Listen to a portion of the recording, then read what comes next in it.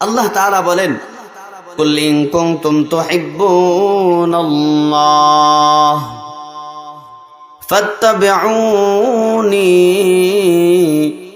ইউহিব্বুকুমুল্লাহ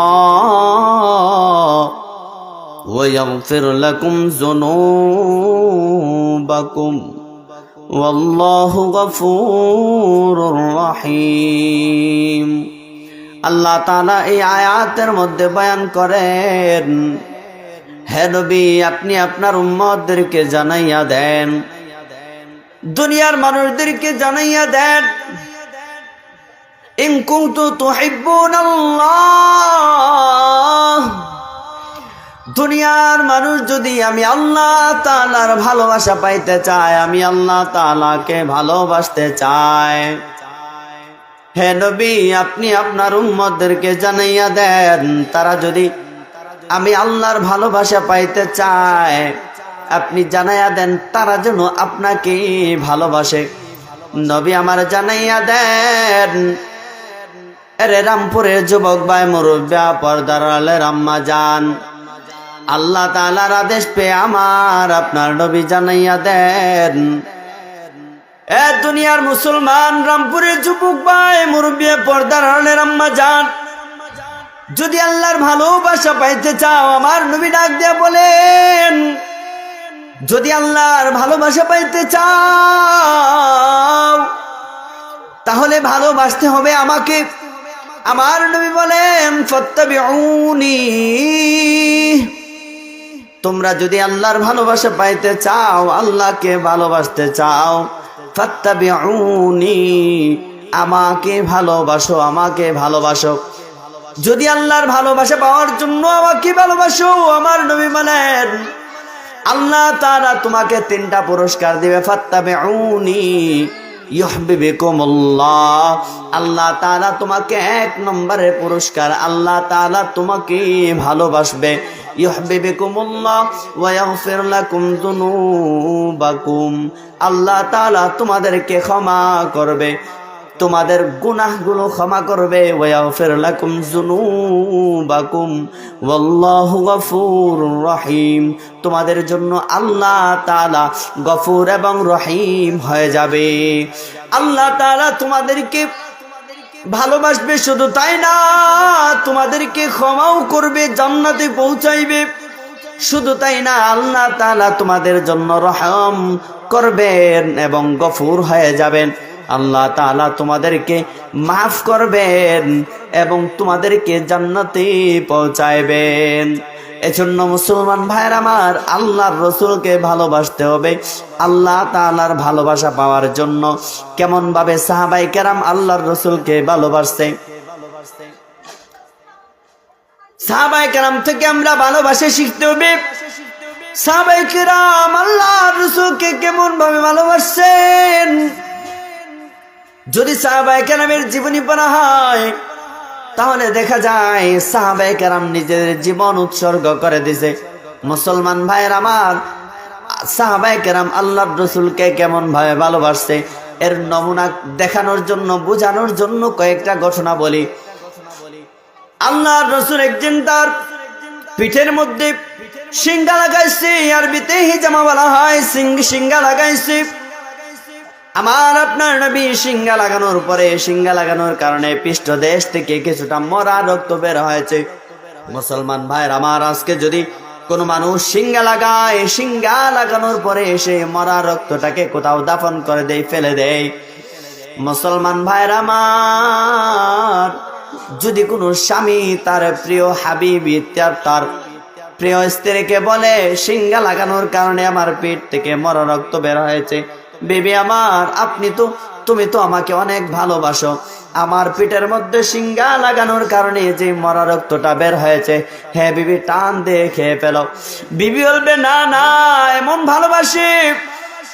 বিবি আপনার প্রত্যেকটা স্বামীর মুখের লালাটাও পর্যন্ত খাইতে চায় না।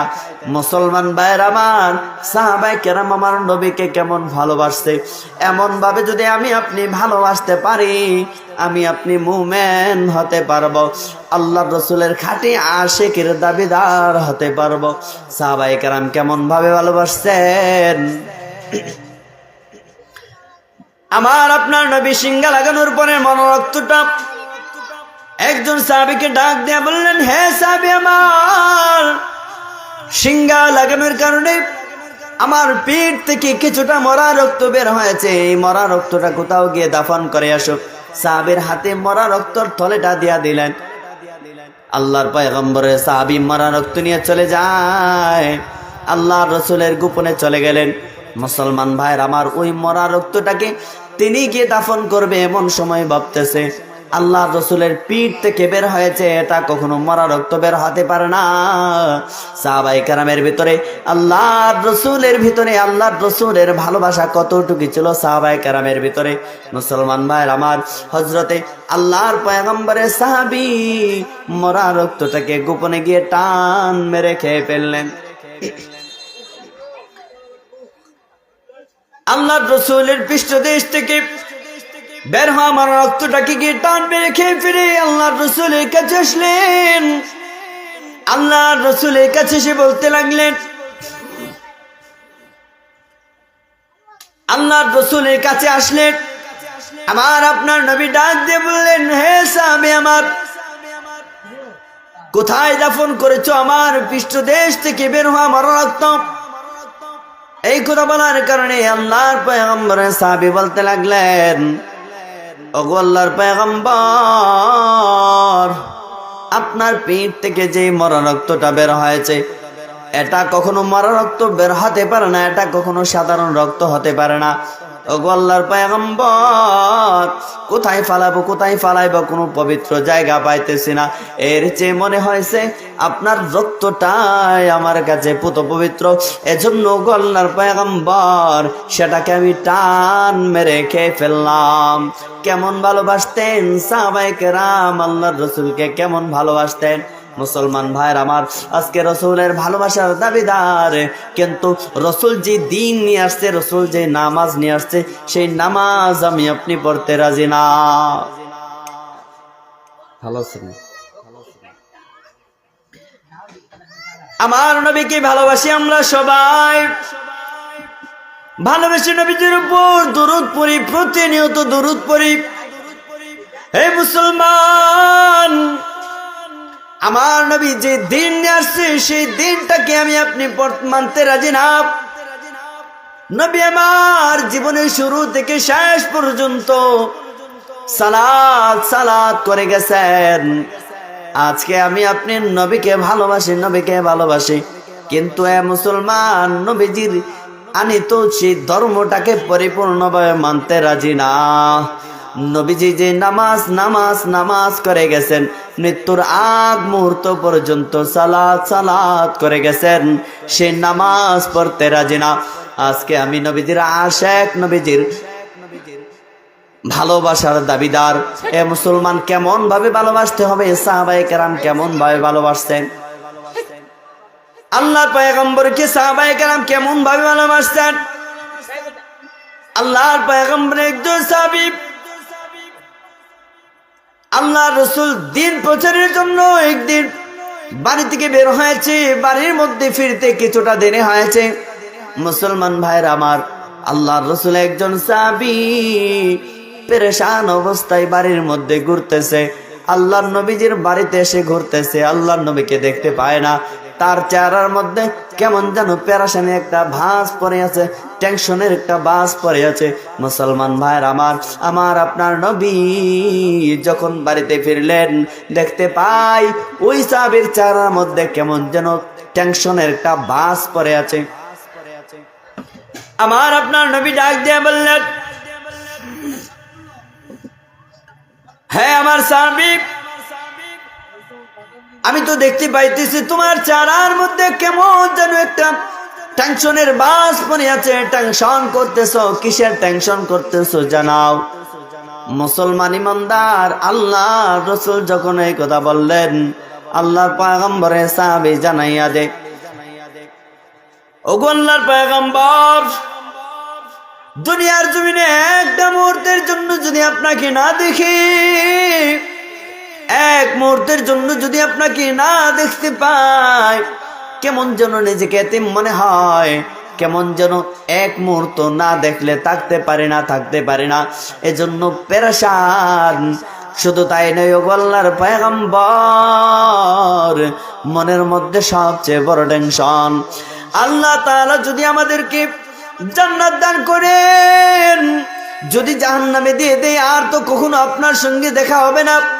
যদি আল্লাহ তাআলা আমাদেরকে জান্নাতে দেন, আল্লাহর পয়গম্বরের সাহাবী বলে, হে আল্লাহর পয়গম্বর, আল্লাহ তাআলা যদি আমাদেরকে জান্নাত দিয়ে দেন, আমাকে জান্নাতে দিয়ে দেন, আপনি নবীদের কাতারে থাকবেন, আপনি নবীদের সাথে থাকবেন।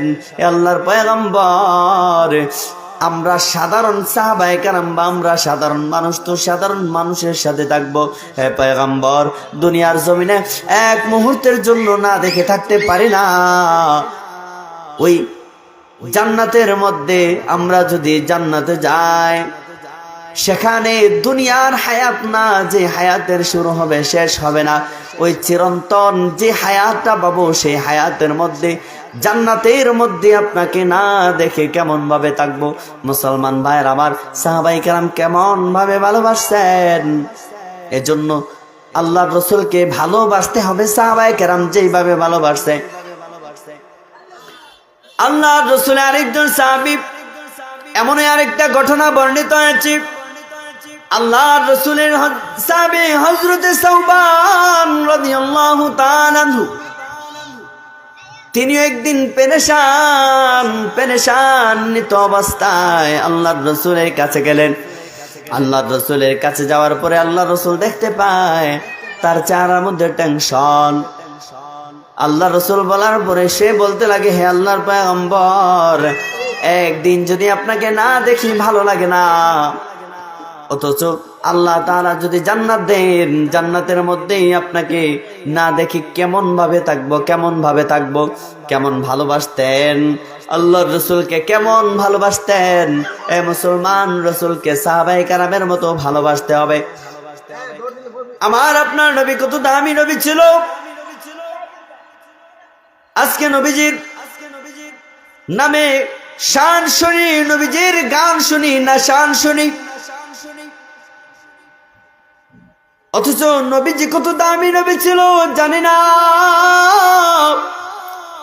এ মুসলমান, আল্লাহর পয়গম্বর দুনিয়াতে আসার মুহূর্তে, আসার পূর্বে যে সমস্ত অলৌকিক ঘটনা ঘটেছে, মুসলমান ইমানদার পূর্বে কোন নবীদের বেলায় এমন অলৌকিক ঘটনা ঘটে নাই। শুধু তাই না, আমার নবী যখন দুনিয়ার জমিনে ভূমিষ্ঠ হবে, যেইভাবে যে সূরতে ভূমিষ্ঠ হয়েছে, দুনিয়াতে আসছে, সেই সূরত পৃথিবীর কাউকে আল্লাহ তাআলা দিয়ে পাঠান নাই। শুধু তাই না, এ মুসলমান, কেমন দামি নবী পাইলাম, যে নবী সমস্ত নবীদের সর্দার ছিল, সমস্ত নবীদের সর্দার। শুধু তাই না, যেই নবী সমস্ত নবীদের ইমাম ছিলেন, ইমামুল মুরসালিন ছিলেন। এমন একজন দামি নবী পাওয়ার পরেও নবীর কদর করতে পারে না, নবীকে ভালোবাসতে পারে না। যেমন ভাবে ভালোবাসলে আমার আপনার ভালোবাসা পূর্ণতায় পৌঁছাইবে, যেমন ভাবে ভালোবাসলে আমার আপনার ভালোবাসা নবীজির প্রতি পূর্ণ হবে।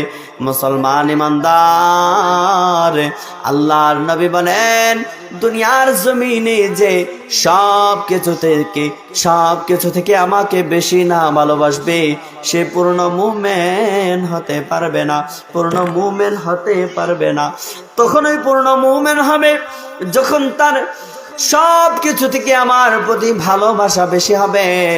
মুসলমান ভাইয়ের আমার, আল্লাহর রাসূলের একটা কাহিনী। আল্লাহর রাসূল একদিন খলিফাতুল মুসলিমিন ওমর রাদিয়াল্লাহু তাআলা আনহুকে বলতেছে, এই ওমর, তুমি আমাকে কেমন ভালোবাসো? ওমর রাদিয়াল্লাহু তাআলা আনহু ডাক দিয়ে বললেন, হে আল্লাহর পয়গম্বর, আমি আপনাকে ভালোবাসি দুনিয়ার মধ্যে যা কিছু আছে সব কিছুর চেয়ে বেশি ভালোবাসি, এমনকি আমার মা বাবা ভাই বোন এদের চেয়েও বেশি ভালোবাসি। কিন্তু হে আল্লাহর পয়গম্বর, আমি ওমর বলতেছে, আমি আমার জানের চেয়ে বেশি ভালোবাসি না।